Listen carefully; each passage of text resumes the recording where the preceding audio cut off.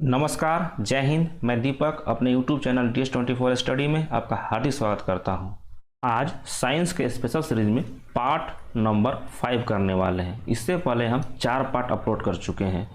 अगर आप देखना चाहते हैं तो नीचे डिस्क्रिप्शन बॉक्स में लिंक रहेगा, आप डायरेक्ट जाकर चेकआउट कर सकते हैं। साथ ही साथ स्टैटिक जीके का 36 वीडियो अपलोड कर चुके हैं, इसका भी लिंक नीचे डिस्क्रिप्शन बॉक्स में रहेगा, आप डायरेक्ट जाकर चेकआउट कर सकते हैं। पिछले 4 पार्टों में हम लोगों ने टोटल 51 क्वेश्चन कर चुके हैं अभी तक। आज हम पार्ट 5 में 52 नंबर क्वेश्चन से आगे बढ़ेंगे। ठीक है, चलिए बिना देरी किए हुए आज का सेशन स्टार्ट करते हैं। और हाँ, प्लेलिस्ट में आप जाकर चेक कर सकते हैं स्टैटिक जीके का और साइंस का स्पेशल सीरीज का। चलिए, क्या है 52 नंबर क्वेश्चन। आतिशबाजी के दौरान लाल चटक रंग क्रिप्सन रेड कलर निम्नलिखित में से किसके कारण उत्पन्न होता है। ये आपका एलिमेंट है, तत्व है, इसमें से किसके कारण लाल रंग उत्पन्न होता है, इसमें से बताना है आपको। तो लाल चटक रंग इसमें से आपका स्ट्रोंशियम के कारण जनरेट होता है। स्ट्रोंशियम एटॉमिक नंबर कितना होता है 38। अगर यहीं पे आपसे पूछता कि आतिशबाजी में हरा कलर किससे होता है, ग्रीन कलर, तब आपका यहाँ पे बेरियम हो जाता। जितने भी एलिमेंट देख रहे हैं, बेरियम, रेडियम, मैग्नीशियम, स्ट्रोंशियम, ये आपका पीरियोडिक टेबल का कौन से ग्रुप का एलिमेंट है, कौन से समूह का एलिमेंट है, तो दूसरे ग्रुप का एलिमेंट है, सेकेंड ग्रुप। क्या ट्रिक था सेकेंड ग्रुप याद करने का? बेटा मांगे कार, स्कूटर, बाप राजी। Beryllium, magnesium, calcium, strontium, barium, radium. Beryllium का एटॉमिक नंबर परमाणु संख्या 4, मैग्नीशियम का एटॉमिक नंबर 12, कैल्शियम का 20, स्ट्रोंशियम का 38, बेरियम का 56, रेडियम का 88। यहाँ पे देखिए बताया आपको, स्ट्रोंशियम से रेड कलर जनरेट होता है आतिशबाजी में, बेरियम से ग्रीन कलर मिलता है आपका आतिशबाजी में। मैग्नीशियम का बता चुके हैं कि मैग्नीशियम आपका क्लोरोफिल में पाया जाता है मैग्नीशियम। इसमें नेक्स्ट ऑप्शन है कैल्शियम। कैल्शियम के बारे में कल आपको हम बताए थे कि कैल्शियम का एटॉमिक नंबर 20 होता है। ये भी आपका एस ब्लॉक का एलिमेंट है। जो आपका सेकेंड ग्रुप है ना, पहला ग्रुप और सेकेंड ग्रुप दोनों आपका एस ब्लॉक का है। कैल्शियम का अपना बहुत सारा कंपाउंड बनाता है, ये भी बनाता है। कल आपको हम बताए थे कैल्शियम ऑक्साइड, जिसको हम क्विकलाइम बोलते हैं, कैल्शियम हाइड्रोक्साइड, जिसको कि हम बुझा हुआ चूना बोलते हैं, कैल्शियम ऑक्सीक्लोराइड, CaCl2, किसका फॉर्मूला होता है विरंजक चूर्ण, ब्लीचिंग पाउडर का। कैल्शियम सल्फेट डॉट 2H2O, किसका फॉर्मूला होता है जिप्सम का। Calcium sulphate dot half H2O, किसका फॉर्मूला होता है, ये आपका होता है प्लास्टर ऑफ पेरिस का। देख लीजिए पीरियोडिक टेबल में, देख लीजिए सेकेंड ग्रुप, देखिए ये आपका सेकेंड ग्रुप है, आपका ये बेटा मांगे कार, स्कूटर, बाप राजी, ये आपका पहला ग्रुप है। ये दोनों मिलके आपका एस ब्लॉक का निर्माण करते हैं। और इधर आपका पी ब्लॉक का एलिमेंट है, इधर बीच वाला आपका डी ब्लॉक का है और नीचे आपका एफ ब्लॉक है। एफ ब्लॉक में टोटल एलिमेंट कितने हैं 28, एस ब्लॉक में टोटल एलिमेंट कितने हैं 13, और पी ब्लॉक में कितने एलिमेंट है टोटल 37 और डी ब्लॉक में टोटल 40 एलिमेंट है। नेक्स्ट क्या है 53 नंबर क्वेश्चन। प्रकाश संश्लेषण फोटोसिंथेसिस में उपयोग हुए कार्बन डाइऑक्साइड का क्या होता है? तो कार्बन डाइऑक्साइड का रिडक्शन होता है, अपचयन होता है। अगर आपसे पूछे कि वाटर का क्या होता है, जो वाटर यूज होता है तो उसका ऑक्सीडेशन होता है। आपको हम कल फॉर्मूला बताए थे, फॉर्मूला नहीं इक्वेशन होता है आपका प्रकाश संश्लेषण का। क्या बताए थे कि 6 अणु कार्बन डाइऑक्साइड प्लस 12 अणु वाटर का मिलके किसके प्रेजेंस में, सनलाइट के प्रेजेंस में और क्लोरोफिल के प्रेजेंस में, जो कि आपका पेड़ पौधे में पाया जाता है, क्या बनाते हैं, एक अणु आपका ग्लूकोज का बनाते हैं C6H12O6 प्लस 6 अणु आपका ऑक्सीजन का बनाते हैं और 6 अणु आपका वाटर बनाते हैं। यहाँ पे देखिए जो कार्बन डाइऑक्साइड है ना, तो कार्बन डाइऑक्साइड से आपका ग्लूकोज बनता है, कार्बन डाइऑक्साइड से ग्लूकोज बनता है, और वाटर से आपको क्या बनता है, ऑक्सीजन बनता है। ऑक्सीजन। एग्जाम में पूछता भी है कि ऑक्सीजन का निर्माण किससे होता है, तो जो वाटर भाग लेता है ना प्रकाश संश्लेषण में, यहीं से आपको ऑक्सीजन मिलता है। देख लीजिए, कार्बन डाइऑक्साइड का रिडक्शन हुआ है और यहाँ पे वाटर का ऑक्सीडेशन हुआ है। ऑक्सीडेशन रिडक्शन, उपचयन अपचयन के बारे में आपको हम बाद में बताएंगे। अभी के लिए आप बस याद रखिए कि कार्बन डाइऑक्साइड का यहाँ पे क्या होता है, रिडक्शन होता है, अपचयन होता है, और वाटर का क्या होता है, ऑक्सीडेशन होता है, उपचयन होता है। एग्जाम में पूछता है, इसको याद रखिएगा। नेक्स्ट क्या है, 54 नंबर क्वेश्चन, प्रकाश संश्लेषण फोटोसिंथेसिस में निम्नलिखित में से है कैसा है, तो ये आपका रासायनिक परिवर्तन कहलाता है प्रकाश संश्लेषण। रासायनिक परिवर्तन और भौतिक परिवर्तन में दोनों में डिफरेंस क्या होता है, तो भौतिक परिवर्तन आपका रिवर्सिबल प्रोसेस है। रिवर्सिबल प्रोसेस का मतलब मान लीजिए कि वाटर से आइस बन रहा है, तो आइस से, बर्फ से दोबारा वाटर बन सकता है, तो ये आपका रिवर्सिबल प्रोसेस हुआ। लेकिन केमिकल चेंजेस का एक उदाहरण देते हैं आपको, दूध है, मिल्क से दही बनता है, तो एक बार आपका दूध से दही बन गया ना, तो दही से दोबारा मिल्क नहीं बन सकता है। इसीलिए केमिकल चेंजेस, रासायनिक परिवर्तन आपका रिवर्सिबल नहीं होता है। एक एग्जाम्पल आपको रासायनिक परिवर्तन का और देते हैं। मान लीजिए कि ये आपका लोहे का छड़ है, एक बार अगर इसमें जंग लग जाए ना, तो दोबारा इसको आप सही नहीं कर सकते हैं। इसीलिए पूछता है एग्जाम में, लोहे पे जंग लगना कैसा परिवर्तन है, तो आपका रासायनिक परिवर्तन है, केमिकल चेंजेज है।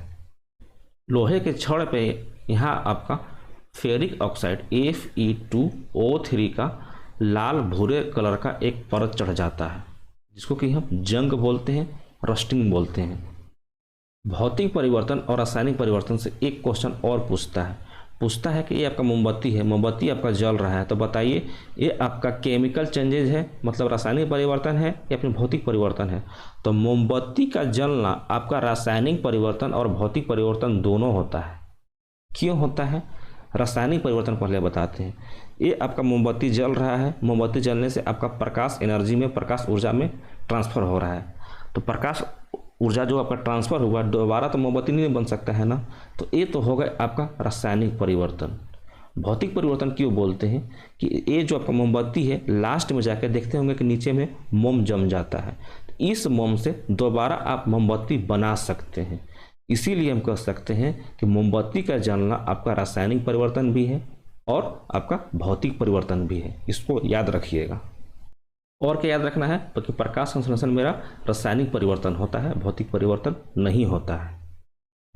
नेक्स्ट क्या है, प्रकाश संश्लेषण फोटोसिंथेसिस में ग्लूकोज के कितने अणु प्राप्त होते हैं, इंपॉर्टेंट क्वेश्चन है। प्रकाश संश्लेषण का इक्वेशन क्या होता है, 6 अणु कार्बन डाइऑक्साइड का और 12 अणु वाटर का मिलते हैं, किसके प्रेजेंस में, सनलाइट के प्रेजेंस में और क्लोरोफिल के प्रेजेंस में। क्या बनाते हैं, एक अणु बनाते हैं आपका ग्लूकोज का, C6H12O6 ग्लूकोज बनाते हैं, प्लस 6 अणु आपका ऑक्सीजन बनाते हैं और 6 अणु आपका वाटर बनाते हैं। ये इक्वेशन को आप नोटबुक में तो आपको लिखना ही है, साथ साथ में आप जहाँ पढ़ते होंगे ना, दीवार पे भी इसको चिपकाना है, दीवार पे लिख दीजिए। यहाँ पे पूछा है कि ग्लूकोज के कितने अणु मिलेंगे, तो यहाँ पे ग्लूकोज का आपका 1 अणु मिलेगा। ऑप्शन नंबर ए इसका करेक्ट आंसर होगा। अगर यहीं पे पूछता कि ऑक्सीजन के कितने अणु मिलेंगे, तो ऑक्सीजन का आपका 6 अणु मिलेंगे। और क्या पूछ सकता है क्वेश्चन में कि कार्बन के साथ वाटर के कितने मॉलिक्यूल कंबाइन होते हैं, कितने मॉलिक्यूल जोड़ते हैं, तो वाटर आपका 12 मॉलिक्यूल जोड़ते हैं।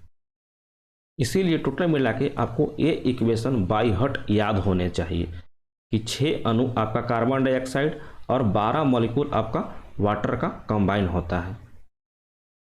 नेक्स्ट क्या है, 56 नंबर क्वेश्चन, प्रकाश संश्लेषण फोटोसिंथेसिस में किस रंग का तरंगधर वेवलेंथ वाले प्रकाश की उपस्थिति में अधिकतम होता है, मैक्सिमम होता है।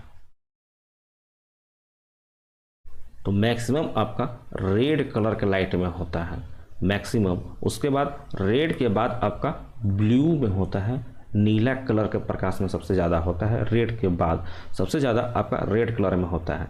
अगर यहीं पे पूछता कि सबसे कम किसकी उपस्थिति में होता है, किस रंग की उपस्थिति में सबसे कम आपका रेट होता है फोटोसिंथेसिस का, तो आपका ग्रीन कलर में, हरा कलर में सबसे कम होता है।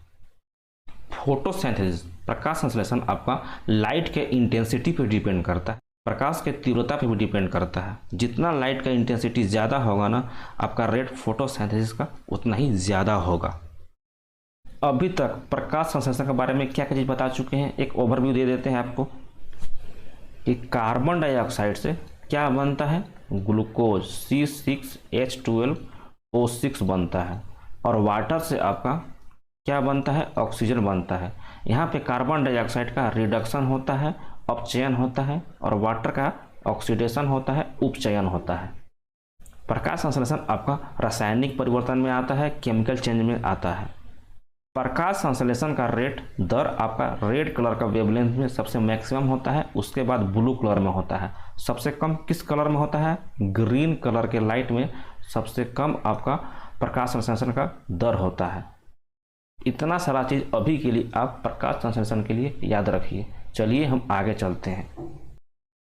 नेक्स्ट क्या है, कोशिका का अध्ययन, स्टडी ऑफ सेल को बोला जाता है। तो स्टडी ऑफ सेल को बोला जाता है साइटोलॉजी। ऑप्शन नंबर डी इसका करेक्ट आंसर होगा। साइटो का मतलब ही होता है सेल, और लॉजी का मतलब होता है स्टडी, अध्ययन। तो सेल का अध्ययन आपका साइटोलॉजी कहलाता है। पहला ऑप्शन है आपका हिस्टोलॉजी, तो टिश्यू का अध्ययन, टिश्यू मतलब ऊतक का अध्ययन को क्या बोलते हैं, हिस्टोलॉजी। बैक्टीरियोलॉजी, बैक्टीरियोलॉजी बैक्टीरिया का अध्ययन, बैक्टीरिया का अध्ययन क्या कहलाता है, बैक्टीरियोलॉजी। और बैक्टीरियोलॉजी के फादर किसको कहते हैं, जीवाणु विज्ञान का अध्ययन जिसके जनक हैं कौन थे, रॉबर्ट कोच थे। रॉबर्ट कोच याद रखिएगा, रॉबर्ट कोच थे आपका बैक्टीरियोलॉजी के फादर। ऑप्शन सी है हीमेटोलॉजी, ब्लड का अध्ययन। ब्लड का अध्ययन क्या कहलाता है, हीमेटोलॉजी कहलाता है। अच्छा, बायोलॉजी जीव विज्ञान, और जूलॉजी जंतु विज्ञान, इसके जनक, इसके फादर कौन थे, तो अरस्तु थे। अरस्तु, जिसको कि हम इंग्लिश में एरिस्टोटल बोलते हैं। एक क्वेश्चन आपको कमेंट बॉक्स में डालना है, कौन सा, बोटनी, बोटनी के फादर किसको कहा जाता है। और एक और बता दीजिएगा, जेनेटिक्स के फादर किसको बोलते हैं, जेनेटिक्स का। दोनों का आपको एक हिंट्स दे देते हैं कि बोटनी के फादर जो भी हैं उनका नाम टी से स्टार्ट होता है, और जेनेटिक्स के फादर जो भी हैं उनका नाम जी से स्टार्ट होता है।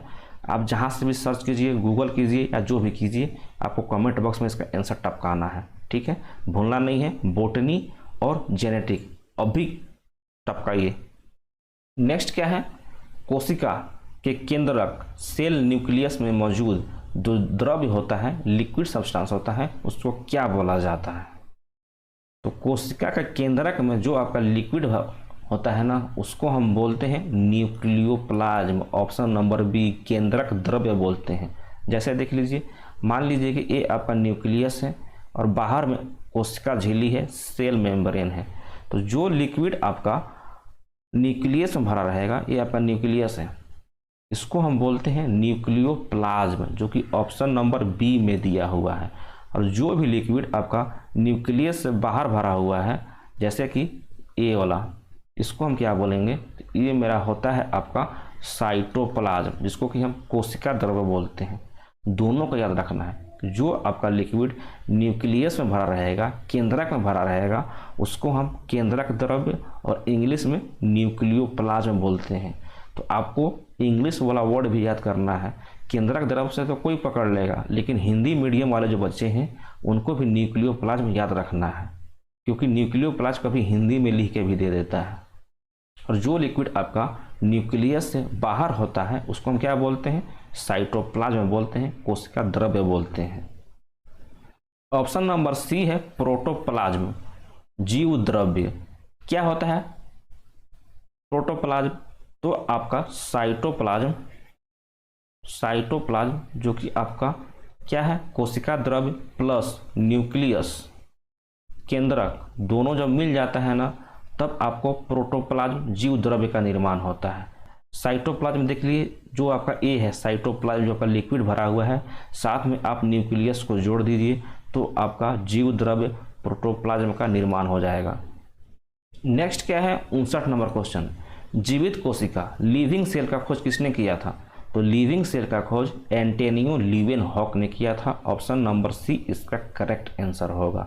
अगर यहीं पे पूछता कि सेल का खोज किसने किया था, ये तो लिविंग सेल था, जीवित कोशिका था, सेल का खोज आपका रॉबर्ट हुक ने किया था। डेड सेल नहीं पूछेगा, बस सेल का पूछ लेगा। तो सेल का खोज किसने किया था? तो रॉबर्ट हुक ने किया था।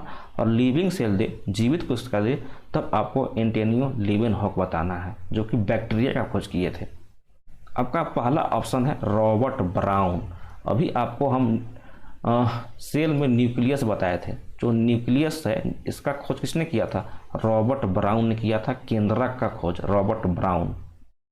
ऑप्शन डी है रॉबर्ट कोच, बैक्टीरियोलॉजी के फादर, जीवाणु विज्ञान के फादर रॉबर्ट कोच को कहा जाता है। आप कमेंट बॉक्स में एक आंसर टपकाइए। जॉन सॉल्क, जॉन सॉल्क कल आपको हम बताए थे, एक किसका फादर है, किससे रिलेटेड है? कमेंट बॉक्स में आंसर टपकाइएगा। एक और बता दीजिएगा, ये तो पहला हो गए। दूसरा आपको बताना है विलियम हार्वे। विलियम हार्वे ये आपका किस चीज़ से रिलेटेड है, किस चीज़ से संबंधित है, इनका भी आंसर आपको कमेंट बॉक्स में टपकाना है। नेक्स्ट क्या है, 60 नंबर क्वेश्चन, निम्नलिखित में से सबसे बड़ी कोशिका का नाम बताना है, लार्जेस्ट सेल का बताना है। लार्जेस्ट और लॉन्गेस्ट में डिफरेंस है। लार्जेस्ट और एक होता है आपका लॉन्गेस्ट। तो लॉन्गेस्ट आपका लंबाई वाला बताता है और लार्जेस्ट आपका साइज का बताता है। 3D मान लीजिए, 3D शेप आपका लार्जेस्ट होता है और लॉन्गेस्ट आपका 2D शेप में मान लीजिए आप। तो यहाँ पे पूछ रहा है बड़ा, सबसे बड़ा वाला, तो सबसे बड़ा होता है आपका शुतुरमुर्ग का अंडा जो होता है ना, सबसे बड़ा आपका कोशिका माना जाता है। अगर यहीं पे आपको लॉन्गेस्ट पूछता, लंबाई के अनुसार पूछता, तब आपको तंत्रिका तंत्र लगाना पड़ता, नर्वस सिस्टम लगाना पड़ता है। इसका आंसर सबसे आपका लंबा कोशिका होता है तंत्रिका तंत्र। अगर एग्जाम में यहीं पे पूछता कि सबसे छोटा कोशिका का नाम बताइए, स्मॉलेस्ट का बताइए, तो सबसे छोटा, सबसे स्मॉलेस्ट कौन सा कोशिका होता है? माइकोप्लाज्मा गैलीसेप्टिकम, जो कि ऑप्शन नंबर ए में दिया हुआ है। आपको तीनों याद रखना है कोशिका के बारे में कि सबसे बड़ा, सबसे लंबा, सबसे छोटा। तो सबसे बड़ा आपका शुतुरमुर्ग का अंडा, ऑस्ट्रिच एग होता है। सबसे लंबा आपका तंत्रिका तंत्र होता है और सबसे छोटा आपका माइकोप्लाज्मा गैलीसेप्टिकम होता है। कोशिका के बारे में अभी तक आपको क्या क्या बता चुके हैं कि न्यूक्लियस में मौजूद जो भी लिक्विड होता है ना, उसको क्या बोलते हैं? न्यूक्लियोप्लाज्म बोलते हैं। और न्यूक्लियस के बाहर जो भी आपका लिक्विड मौजूद होता है उसको साइटोप्लाज्म बोलते हैं। न्यूक्लियस का खोज किसने किया था? रॉबर्ट ब्राउन ने किया था। जीवित कोशिका का खोज किसने किया था? लीवेनहॉक ने किया था। और आपका सेल का खोज रॉबर्ट हुक ने किया था। अच्छा, सेल थ्योरी, जिसको कि हम हिंदी में क्या बोलेंगे, कोशिका सिद्धांत, किसने दिया था? स्लाइडन एवं स्वान ने दिया था। याद रखिएगा, किसने दिया था कोशिका सिद्धांत? स्लाइडन एवं स्वान ने। चलिए हम आगे चलते हैं। नेक्स्ट क्वेश्चन क्या है, पायरुवेट के एनारोबिक रेस्पिरेशन के दौरान ईस्ट की उपस्थिति में अंतिम उत्पाद क्या बनता है? आपको हम क्वेश्चन समझाते हैं। पायरुवेट, इसको हिंदी में भी पायरुवेट ही बोलते हैं, ठीक है, ये वाला पायरुवेट, पायरुवेट, तो आपको कंफ्यूज नहीं होना है। एनारोबिक रेस्पिरेशन मतलब अवायवीय श्वसन, बिना ऑक्सीजन की उपस्थिति में श्वसन, मतलब ऑक्सीजन के अनुपस्थिति में श्वसन के दौरान ईस्ट के प्रेजेंस में अंतिम उत्पाद आपका क्या बनता है? एल्कोहल बनता है।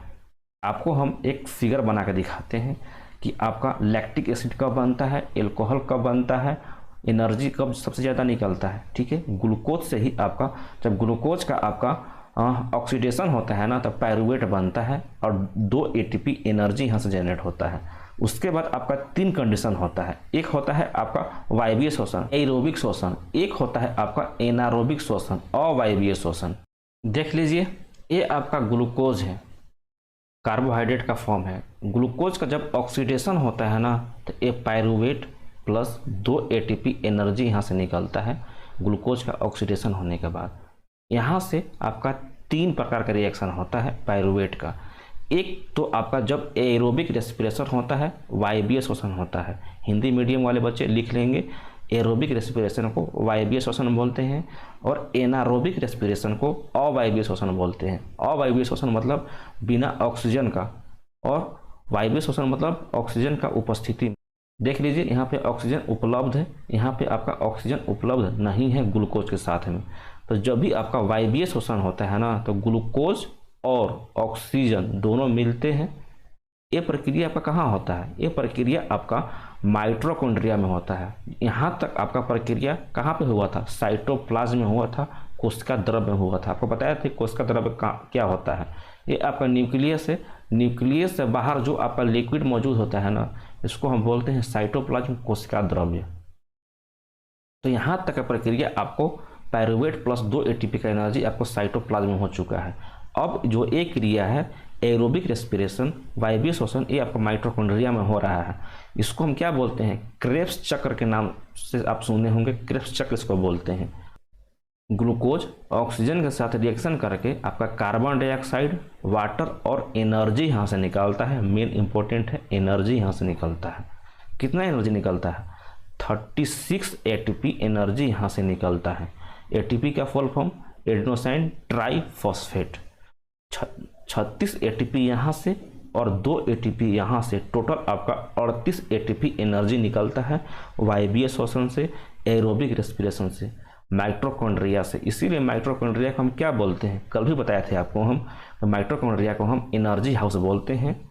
अब इधर आइए, एनारोबिक रेस्पिरेशन, अवायवीय श्वसन, ऑक्सीजन के अनुपस्थिति में रिएक्शन। ग्लूकोज है, जब भी इसको ग्लूकोज को ऑक्सीजन नहीं मिलेगा ना तो वो आपका एल्कोहल में टूट जाएगा, इथाइल एल्कोहल में टूट जाएगा। इसको कि हम क्या बोलते हैं? फर्मेंटेशन, हिंदी में बोलते हैं किण्वन। किण्वन की प्रक्रिया के कारण ही आपका ग्लूकोज आपका शराब में चेंज हो जाता है। क्या बोला मैंने? किण्वन में ही, फर्मेंटेशन में ही बिना ऑक्सीजन का ग्लूकोज आपका ईस्ट के प्रेजेंस में, किसके प्रेजेंस में? ईस्ट के प्रेजेंस में आपका ग्लूकोज शराब में, एल्कोहल में चेंज हो जाता है। एक और है, जब भी आपका पायरुवेट को कभी ऑक्सीजन मिलता है और कभी ऑक्सीजन नहीं मिलता है, मतलब ऑक्सीजन के अभाव में क्या बन जाता है? लैक्टिक एसिड बन जाता है। ये लैक्टिक एसिड हमारे शरीर में दर्द महसूस कराता है, पेन महसूस कराता है।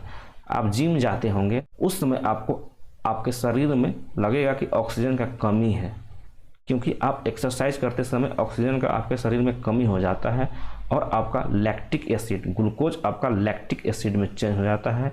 इसीलिए आपको शरीर में दर्द महसूस होता है। तो इसका आंसर क्या हो जाएगा कि पायरुवेट का एनारोबिक रेस्पिरेशन के दौरान ईस्ट की उपस्थिति में आपको एल्कोहल बनेगा और ऑक्सीजन के अभाव में लैक्टिक एसिड बनेगा, और जब उसको ऑक्सीजन मिलेगा तो ऊर्जा बनाएगा, एनर्जी बनाएगा। इसका ऑप्शन आपको एल्कोहल याद रखना है। नेक्स्ट क्या है? निम्नलिखित में से कौन सा परम शून्य ताप, एब्सोल्यूट जीरो टेम्परेचर नहीं है? एब्सोल्यूट जीरो टेम्परेचर का मतलब क्या होता है? इससे नीचे टेम्परेचर पॉसिबल नहीं हो सकता है। तो कौन कौन सा होता है? आपको तीनों में बताना है। सेंटीग्रेड में बताना है आपको, केल्विन स्केल में भी बताना है और फ़ारेनहाइट स्केल में भी, तीनों में बताना है आपको। तो सेंटीग्रेड स्केल में आपका परम शून्य ताप, एब्सोल्यूट जीरो टेम्परेचर कितना होता है? -273.15 डिग्री सेंटीग्रेड होता है। केल्विन स्केल में एब्सोल्यूट जीरो टेम्परेचर, परम शून्य ताप 0 केल्विन होता है, और फ़ारेनहाइट स्केल में आपका परम शून्य ताप -460 डिग्री फ़ारेनहाइट होता है। तो इसमें से देख लीजिए कौन सा नहीं हो सकता है। तो 37 डिग्री सेंटीग्रेड नहीं हो सकता है।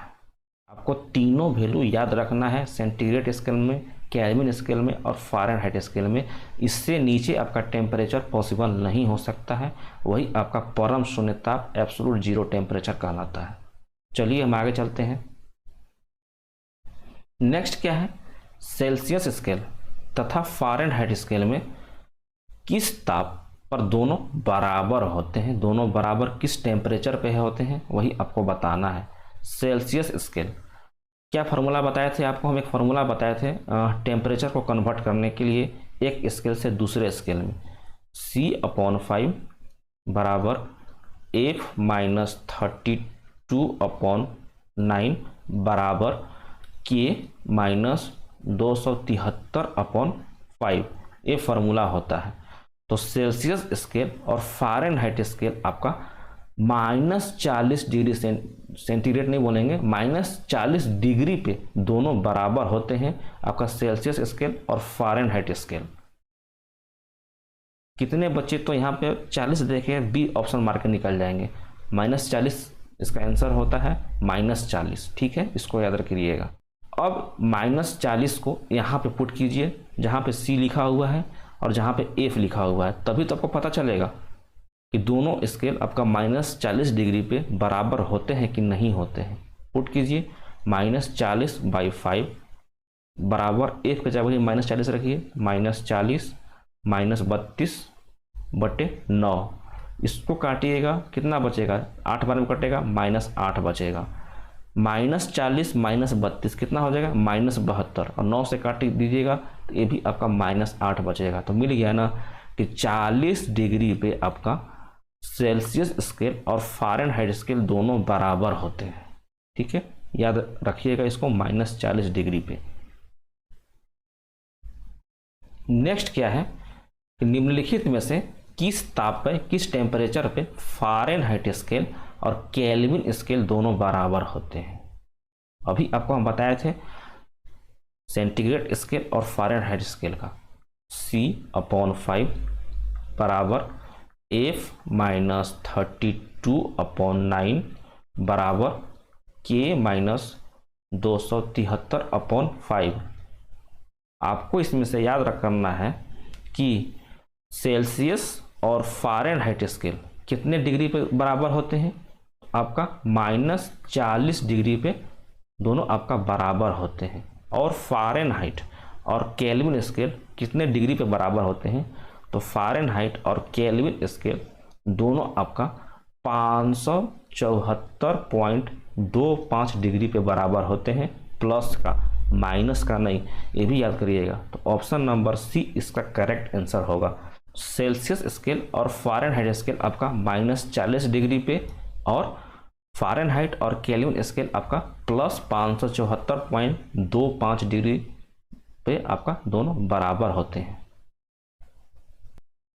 नेक्स्ट क्या है कि निम्नलिखित में से कौन सा ताप शरीर के ताप बॉडी टेम्परेचर को नहीं दर्शाता है। तो आपको सेंटीग्रेड स्केल, केल्विन स्केल और फ़ारेनहाइट स्केल तीनों में बताना है। तो आपको हम एक बताते हैं, आप दोनों में बताइए।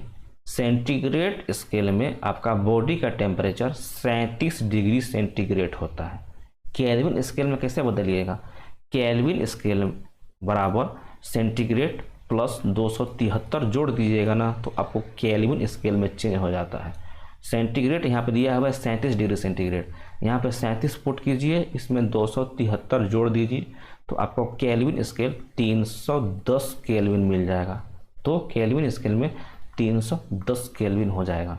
फ़ारेनहाइट स्केल सेम फार्मूला लगाइएगा, तो आपको 37 डिग्री सेंटीग्रेड को फ़ारेनहाइट में 98.6 डिग्री फ़ारेनहाइट मिलेगा।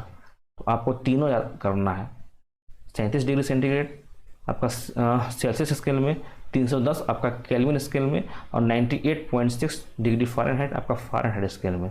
तो 37 डिग्री, 98.6 और 310 केल्विन आपका ऑप्शन नंबर डी हो जाएगा, जो कि आपका बॉडी टेम्परेचर से संबंधित नहीं है। नेक्स्ट क्या है, 1 डिग्री सेंटीग्रेड ताप वृद्धि से वायु में ध्वनि का चाल, स्पीड ऑफ साउंड लगभग बढ़ जाता है। ये तो आपको पता चल गया कि 1 डिग्री सेंटीग्रेड टेम्परेचर में इंक्रीमेंट करने के बाद आपका साउंड का स्पीड बढ़ता है, घटता नहीं है। ठीक है, कितना बढ़ता है, तो 0.61 मीटर पर सेकंड बढ़ जाता है आपका साउंड का स्पीड। ऑप्शन नंबर डी इसका करेक्ट आंसर होगा। स्पीड ऑफ साउंड का क्या फार्मूला होता है, speed of sound elasticity upon density का स्क्वायर रूट होता है। इसको आपको याद करना है पहले नंबर। यहाँ पे आपका जिस भी मीडियम का इलास्टिसिटी आपका ज़्यादा होगा, प्रत्यास्थता ज़्यादा होगा, उस मीडियम में साउंड का स्पीड ज़्यादा होगा। जिस भी मीडियम में आपका इलास्टिसिटी आपका कम होगा, उस मीडियम में आपका साउंड का स्पीड भी कम होगा, क्योंकि डायरेक्टली प्रोपोर्शनल है। यहाँ पर देख लीजिए, स्पीड ऑफ साउंड और डेंसिटी घनत्व में आपका इन्वर्सली प्रोपोर्शनल का रिलेशन है। मतलब जिस भी मीडियम का आपका डेंसिटी ज़्यादा होगा, उस मीडियम में आपका साउंड का स्पीड आपका कम होगा। जिस भी मीडियम में डेंसिटी आपका कम होगा, उस मीडियम में आपका स्पीड ऑफ साउंड ज़्यादा होगा। इलास्टिसिटी आपका किस मीडियम का ज़्यादा होता है? प्रत्यास्थता आपका सॉलिड का ज़्यादा होता है, उसके बाद लिक्विड का होता है, उसके बाद गैस का होता है। इसीलिए आपका सॉलिड में सबसे ज़्यादा साउंड का स्पीड होता है। किस में होता है? एल्युमिनियम में होता है। कितना होता है? 6420 मीटर पर सेकंड आपका एल्युमिनियम में होता है साउंड। लिक्विड में कितना होता है? 1493 मीटर पर सेकंड। गैस में कितना होता है? एयर में 332 मीटर पर सेकंड आपका स्पीड होता है। Density inversely proportional. Humid air का डेंसिटी कम होता है, इसीलिए बरसात के दिनों में आप देखते होंगे कि साउंड बहुत तेज़ गति से ट्रेवल करता है हमारे पास, और तेज़ी से हमारे पास पहुंचता है। आपने अभी देखा कि जो साउंड है, स्पीड ऑफ साउंड है, आपका किस पर डिपेंड करता है? टेम्परेचर पर डिपेंड करता है। जबकि 1 डिग्री सेंटीग्रेड बढ़ाने पे उसका स्पीड 0.61 मीटर पर सेकंड बढ़ जाता है। लेकिन प्रेशर पे, दाब पे डिपेंड नहीं करता है। ठीक है, इस बात को ध्यान रखिएगा कि प्रेशर पे डिपेंड स्पीड ऑफ साउंड नहीं करता है। साउंड के बारे में आपको हम पहले ही बता चुके हैं कि साउंड आपका कैसा है? अनुदैर्घ्य तरंगे होता है। अनुदैर्घ्य, थोड़ा सा मेरा राइटिंग अच्छा है, ज़्यादा ही राइटिंग पे ध्यान नहीं देना है आपको, जो हम बोल रहे हैं उस पर ध्यान दीजिएगा। अनुदैर्घ्य तरंगा होता है। लॉन्गिट्यूडनल वेव होता है। लॉन्गिट्यूडनल वेव, साउंड आपका लॉन्गिट्यूडनल वेव होता है। साउंड को एक मीडियम से दूसरे मीडियम में जाने के लिए किसी माध्यम का आवश्यकता पड़ता है, किसी मीडियम का आवश्यकता आपको पड़ता है, क्योंकि आपका अनुदैर्घ्य तरंगे होता है, मैकेनिकल वेव होता है। यांत्रिक अनुदैर्घ्य तरंगे होता है, मैकेनिकल लॉन्गिट्यूडनल वेव होता है। आपका जो लाइट है ना, लाइट आपका इलेक्ट्रोमैग्नेटिक वेव होता है, नॉन मैकेनिकल वेव होता है। उसको किसी मीडियम का आवश्यकता नहीं पड़ता है लाइट के लिए, लेकिन साउंड के लिए आपको मीडियम, माध्यम का आवश्यकता पड़ता है। नेक्स्ट क्या है?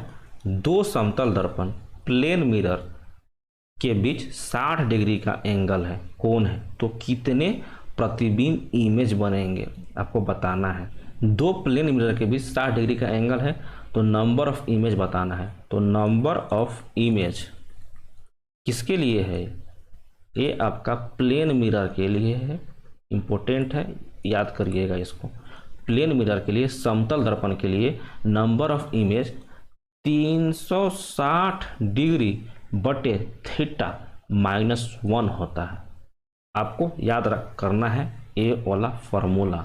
ठीक है, अपने दीवार पे छाप दीजिएगा इसको कि नंबर ऑफ इमेज 360 बटे थीटा -1।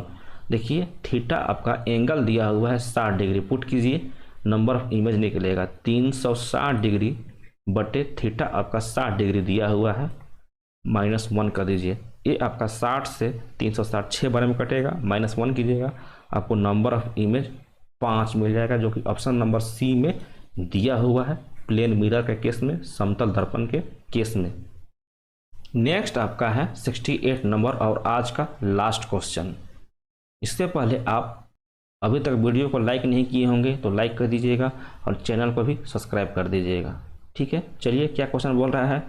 अगर वस्तु की लंबाई 6 फीट है तो समतल दर्पण प्लेन मिरर में इस वस्तु का कंप्लीट इमेज, संपूर्ण प्रतिबिंब देखने के लिए समतल दर्पण का लंबाई कितना होना चाहिए? मान लीजिए कि ये आपका वस्तु है जिसका लंबाई 6 फीट का है, तो आपको जो समतल दर्पण है, प्लेन मिरर है, उसका हाइट कितना होना अनिवार्य है, ताकि इसका संपूर्ण इमेज, कंप्लीट इमेज इस आपका प्लेन मिरर में बन जाए। तो इसके लिए समतल दर्पण का हाइट ऑब्जेक्ट के हाइट का आधा होना चाहिए। यहाँ पे आपका ऑब्जेक्ट 6 फीट का है, तो समतल दर्पण का हाइट मिनिमम 3 फीट का होना चाहिए। तो ऑप्शन नंबर बी कम से कम 3 फीट का होना चाहिए समतल दर्पण, ताकि कंप्लीट इमेज आपका ऑब्जेक्ट का 6 फीट के ऑब्जेक्ट का बना सके। चलिए, आज का क्लास आपको कैसा लगा कमेंट बॉक्स में टपकाइएगा। अपना रिव्यू हमारे साथ जरूर शेयर कीजिए, ताकि हम आने वाले क्लासेस में उसका ध्यान रखें कि क्या चीज़ हमको बताना है, क्या चीज़ नहीं बताना है। चलिए, आज का क्लास हम यहीं पे समाप्त करते हैं। अगर आप चैनल पे पहली बार आए होंगे तो चैनल को सब्सक्राइब भी कर दीजिएगा और लाइक भी कर दीजिएगा वीडियो को। जय हिंद, जय भारत।